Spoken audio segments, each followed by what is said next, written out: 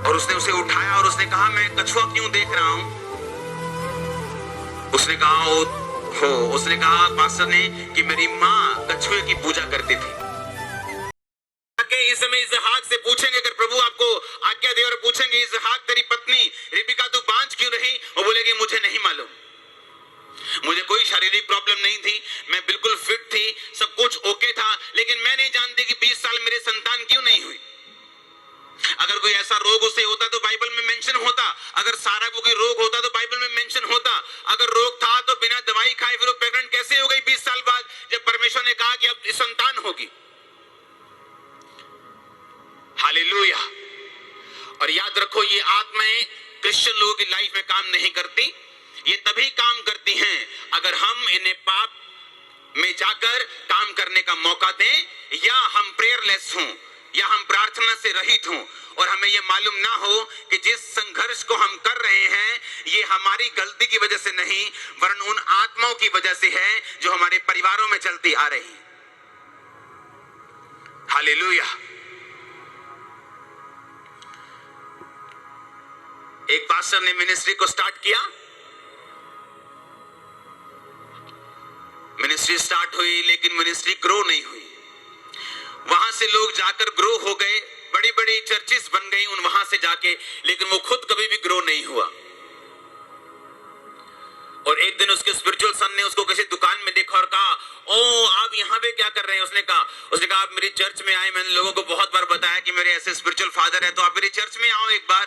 और जब वो चर्च में गया और जब उसने चर्च में जाके प्रीच किया, जब डेमोन्स्ट्रेशन किया, लोग हिल गए, आत्मा उतरा, लंगड़े चले, सब कुछ हुआ। लेकिन उसके बाद स्पिरिचुअल सन ने उसको पूछा, उसने कहा इतना ग्रेट अनॉइंटिंग आपके अंदर है, इतना मसा आपके अंदर है, और परमेश्वर कैसे काम कर रहा है, लेकिन वो ग्रोथ क्यों नहीं हुई?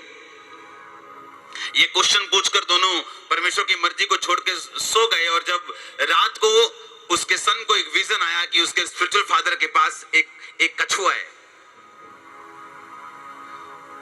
और वो अंदर गया और उसको सच में कछुआ दिखा उसके स्पिरिचुअल फादर के पास,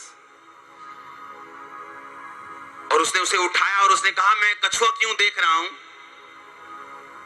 उसने कहा पास्टर ने कि मेरी माँ कछुए की पूजा करती थी, और मुझे ऐसा लगता था कि मुझे ये फॉलो नहीं कर सकता, और मैंने इस बात पे कभी ध्यान नहीं दिया, और इसीलिए उसकी ग्रोथ कछुए की तरह थी और वो कभी बड़ा नहीं।